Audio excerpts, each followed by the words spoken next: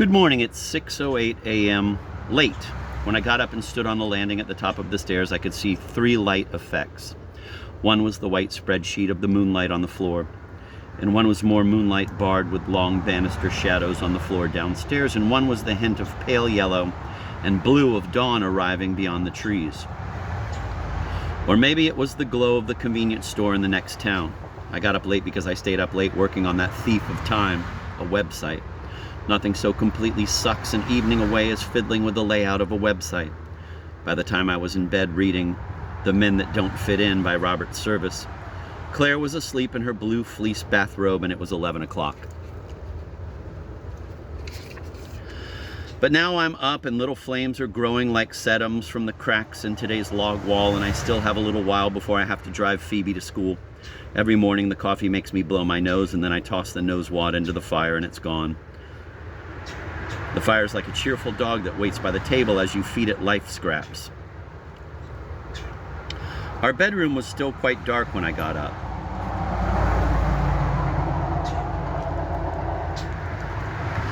I felt for my glasses on the bedside table in that tender way one uses for glasses, as if one's fingers are antennae so as not to get smears on them. The smear of a fingerprint makes it impossible to concentrate on anything. It's much worse than the round blur in your vision made by a speck of dust. The glasses made a little clacking sound as I sat up and put them on. Oh yeah, baby. The nice thing about putting on your glasses in the dark is that you know you could see better if it were light, but since it is dark, the glasses make no difference at all.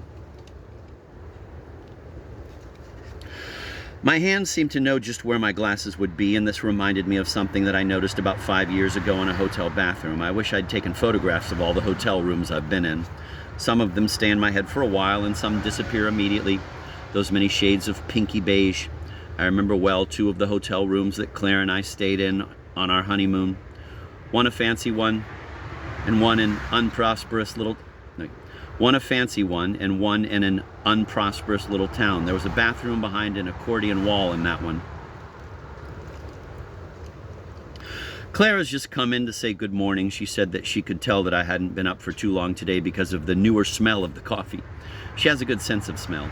In college, there were co-ed bathrooms. One time she knew that it was I who had surreptitiously peed in the shower stall.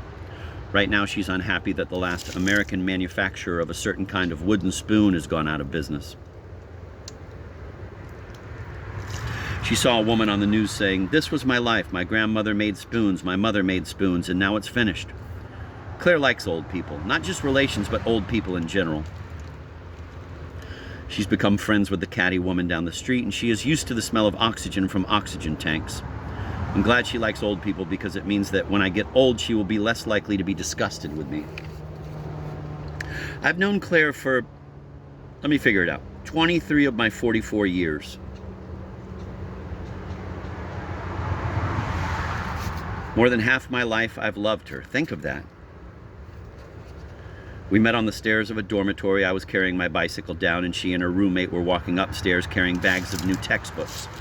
We lived on 3rd North, the 3rd floor on the north side, a hall of extremely young boys and girls, so they seem to me now, who, because we all shared a large bathroom, quickly became chummy. Claire and her roommate gave cocktail parties every Tuesday at 4:30, using the floor's ironing board as a bar. I walked out in the snow with them to buy the liquor. I was 21, and Pennsylvania had one of those tiresome laws. When Claire was a little drunk, she would rock slowly to reggae, and her lips would get cold. Her mouth, however, was warm and her teeth sharp. I cultivated a rakishly nutty air. I discovered a fine pre-war toilet on the curb and carried it into my room, propping the 2-volume Oxford English Dictionary inside. But Claire had a thing for a very handsome sandy-haired boy named William. Many had crushes on William because he was gentle and aloof and had an appealing way of clearing his throat before he spoke. Rumor had it that his penis was unusually attractive, but I never saw it. William's father was a famous surgeon, and one day William borrowed some thread and showed us how to tie the knots that famous surgeons use on wounds. He never drank. When maliciously I tried to slip a little gin in his tonic, he sipped and handed the glass back to me with a reproachful look. I still feel guilty. Claire had a thing for gentle William, as I say. And then one evening after one of the ironing board cocktail parties, she asked me out on a date with her to walk to the cash machine. I said that a walk to the cash machine would be very nice. In those days, she wore a thrift store cashmere coat and soft Italian sweaters, and though her mother pleaded with her, no bra. And her lips were soft, too, much softer and somehow more intelligent than others I'd kissed.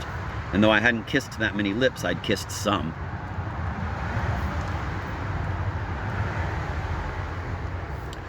I went with her to the dentist when she had her wisdom teeth out. Afterward, she slept curled for a long time, a small, beautiful person. There on her desk in a glass of water were the two enormous teeth. They were like the femurs of brontosauri.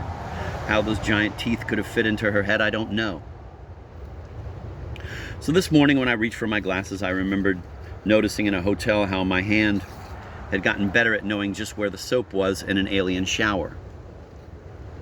My lower mind would hold in its memory a three-dimensional plan of the shower that included the possible perches for the soap, the ledge, the indented built-in soap tray, the near corner, the far corner. I would wash my face, then put the soap down somewhere without thinking about it, then shampoo, and then, still blind from the shampoo, I'd want to wash my lower down areas. And even though I'd been turning around and around in the shower, I was able to use the North Star of the angle of the shower flow to orient myself, so that without looking I could bend and find the bar of soap under my fingers, often without any groping.